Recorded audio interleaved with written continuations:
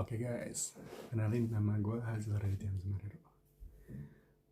Oke guys, jadi pengalaman gue ya buat dapat MT ODP di perbankan Indonesia, salah satu perbankan terbesar. Jadi gue keterima hampir di semua perbankan itu guys. Oke, jadi caranya tuh sebelum kalian tes, tentunya kalian apply dulu. Waktu itu kalian tuh apply-nya bisa di berbagai macam tempat guys. Yang pertama kalian bisa apply dari LinkedIn, Kaliber, terus dari website masing-masing perbankan itu guys. Kalian langsung aja cari program-program MT, karena gue anak IT dan gue suka IT banget. Akhirnya gue daftar di program IT guys. Oke, terus singkat cerita gue apply, gue masukin CV gue. Oh ya guys, ini saran aja ya. Jadi kalau bisa di CV kalian lengkapin gitu, banyakin sertif-sertif. Kalian bisa ambil Coursera atau kalian bisa ambil kayak course-course dari FGA, Kominfo. Itu buat nambahin skill-skill kalian dan ningkatin sertifikasi yang bisa ngebawa kalian ke perusahaan-perusahaan yang kalian pengenin guys. Oke, jadi singkat cerita, kalian bikin CV formatnya ETIAS. ETIAS tau nggak? ETIAS tuh kayak di situ nggak usah ada foto guys, jadi kayak nama kalian, pengalaman kampus, pengalaman organisasi. Misalnya kalian pernah ikut di BEM universitas atau pernah ikut di organisasi lainnya, itu kalian put aja di situ guys. Terus kayak project-project yang pernah kalian kerjain, pengalaman magang dan lain sebagainya. Oke, nanti gue bakal kasih kalian template buat bikin CV ATS. Oke, terus singkat cerita kalian apply. Nah, nanti kalau misalnya kalian lulus apply itu, nanti bakal ada tes guys, namanya tes SHL. Oke guys, jadi tes SHL itu kalian kayak buat nentuin apakah kalian ini fit gitu buat kerja di perbankan. Jadi tesnya itu ada numerik, verbal, induktif, sama psikologi gitu. Jadi macam-macam guys, ada deduktif, ada induktif. Pokoknya singkat cerita, kalau verbal itu kayak kemampuan kalian buat baca teks. Itu kayak kalau misalnya kalian dulu pernah SBMPTN guys, itu kayak ngerjain soal-soal Indo gitu. Misalnya jadi ada teks, kalian disuruh nyari apa sih summary dari teks ini, apa sih kesimpulannya, apa sih yang gak ada di teks itu gitu. Jadi triknya kalau misalnya kalian ngerjain soal-soal verbal, kalian baca dulu jawabannya, terus kalian baca teksnya baru kalian jawab gitu. Soalnya kalau misalnya kalian baca dulu teksnya itu bakal buang-buang waktu. Jadi kalian better baca soal dan jawaban, kemudian baru kalian bahas pertanyaan, kalian bahas poin-poin ABCD-nya, terus baru kalian baca soal ceritanya gitu guys. Oke, jadi singkat cerita itu. Terus ada tes juga, tes numerical. Nah, kalau untuk masuk perbankan itu guys, biasanya tes numerikalnya itu kayak ngitung-ngitung gitu. Misalnya kayak harga dolar pada tahun ini segini, terus tahun depannya itu berapa. Kalian cari aja soal-soal tes numerical perbankan, itu banyak kok di YouTube. Itu kalian bisa belajar dari situ ya guys. Terus kalau gue kemarin itu tesnya online, jadi kayak kalian tuh nggak boleh pakai kalkulator atau pakai kalkulator ya. Gue lupa sih, jadi kalian cek aja. Oke, kalian better prepare dulu sih guys buat tes itu. Coba kayak sebelum kalian ngerjain soalnya, kalian olahraga atau kalian ibadah gitu biar kalian gak stres ya guys ngerjainnya. Oke, jadi singkat cerita, kalau kalian keterima apply, kalian kerjain soalnya SHL. Terus kalau misalnya lulus, kalian akan lanjut ke interview. Oke guys, jadi selanjutnya di tahap interview itu kalian akan diwawancara oleh dua orang. Yang pertama itu user. Jadi user itu adalah manajer kalian guys. Terus biasanya ada group head atau ada direksi yang wawancarain kalian langsung. Jadi kalau tips triknya itu di wawancara, kalian ceritain lah pengalaman kalian sejelas sedetail mungkin. Kayak misalnya kalian dulu pernah intern sebagai data science di sini, apa aja project yang kalian kerjain, apa aja ilmu yang kalian dapetin, apa aja skill-skill yang kalian dapatkan. Terus nanti kalau misalnya udah kalian jelasin secara detail pengalaman kuliah kalian, pengalaman organisasi, terus kalau bisa kalau misalnya kalian wawancara guys ya, ceritain yang baik-baik lah. Maksudnya kalau misalnya kayak kalian orangnya mager, kalian orangnya kayak suka main game, itu sebenarnya ya itu plus minus lah, cuma better nggak usah kalian ceritain sih.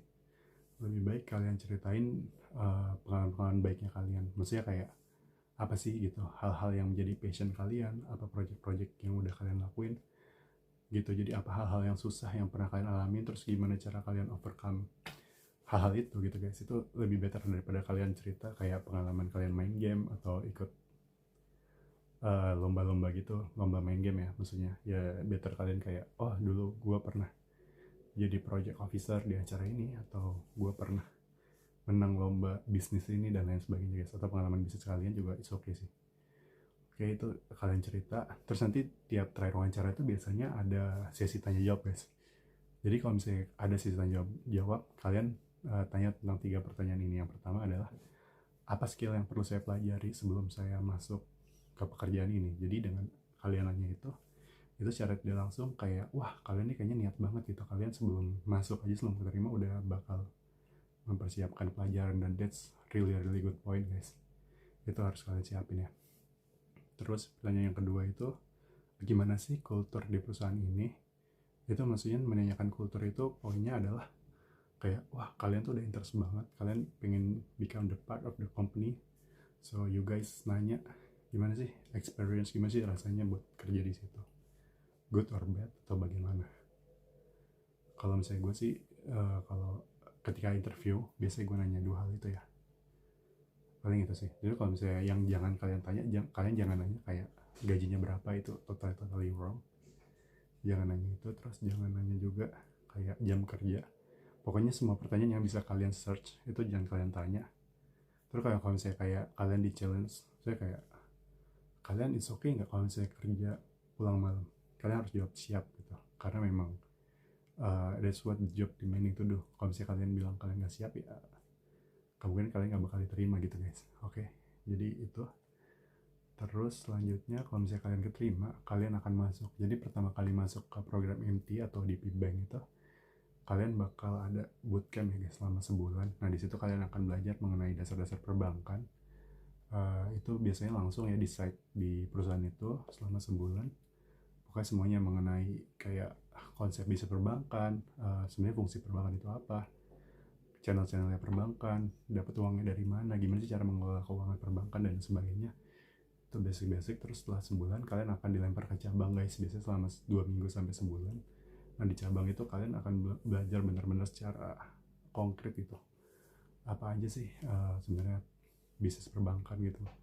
Jadi kalau di cabang kan kalian belajar jadi teller, kalian belajar jadi manage uang yang ada di situ, kalian langsung berinteraksi dengan branch manajernya. Nah, kalian juga bisa menjadi sales gitu guys, jadi kayak nawarin produk-produk perbankan. Bahkan pada saat itu gue sempet dikirim ke pasar gitu, buat nawarin ke orang-orang buka rekening suatu perbankan, dan itu sangat-sangat asik sih guys. Itu gue lagi di challenge gimana sih caranya biar dalam sehari itu gue bisa dapet banyak orang. Itu asik banget sih. Jadi itu. Terus selanjutnya kalian akan present apa aja yang udah kalian pelajari dan improvement buat perusahaan itu. Terus setelah itu kalian akan masuk ke divisi kalian. Nah biasanya tergantung, misalnya kalian daftar MT atau DPIT, maka kalian akan ditempatin di tempat-tempat IT seperti digital business product, terus ada juga digital delivery channel, terus ada juga infra, CISO itu kayak cyber security-nya perbankan gitu. Nah semua penempatan ini tergantung interview kalian di awal sama CV kalian gitu. Karena kebetulan gue tuh orangnya lumayan aktif ya selama kuliah. Gue sering ikut organisasi, sering banyak project dan bisnis gitu. Jadi gue masuk ke digital business product gitu. Jadi di sini kita tuh fungsinya sebagai product owner atau project manager gitu. Jadi misalnya di aplikasi perbankan itu kan fiturnya ada banyak ya guys. Kita itu di sini kayak yang bikin requirement-nya yang berhubungan dengan business owner. Kayak misalnya let's say kita mau ada fitur kartu virtual guys, berarti kita harus ngobrol nih sama grup kartu kredit, kartu debit, terus ada juga surroundingnya apa aja yang di sekitar itu. Oh ini kartu debit ini disimpan di mana, kartu kredit ini disimpannya di mana database-nya, dan lain sebagainya. Itu kalian konekin itu, terus nanti kalian bakal ngobrol sama developer guys. Jadi itulah kurang lebih sebagai project manager dan project owner. Nah terus di situ gimana sih rasanya kerja di situ? Sangat-sangat challenging gitu guys, karena kalau misalnya kalian jadi product manager atau product owner, itu kalian bakal full day meeting guys. Terus sambil meeting kalian juga ada tugas gitu. Jadi bener-bener hektik banget. Ya kalian harus bisa kayak ngerjain 10 hal dalam satu waktu, dan itu tuh bukan hal yang gampang ya. Kalian harus bisa jaga lah, kayak sambil meeting, sambil nyatet, sambil ngerjain tugas lain, sambil ditelepon, sambil ini. Jadi kayak gila sih, gokil banget sih gitu. Jadi ya kalau misalnya kalian kayak kurang suka ngobrol, mungkin kalian nggak cocok ya, maksudnya nggak suka meeting, nggak suka diskusi, negosiasi dengan orang, itu sebenarnya kurang cocok sih buat kalian. Jadi Mungkin sekian dari gua sih, pengalaman gua. Bisa daftar MT ODP perbankan. Mungkin kalau misalnya kalian ada pertanyaan, boleh ditulis di komen aja guys. See you in the next video guys.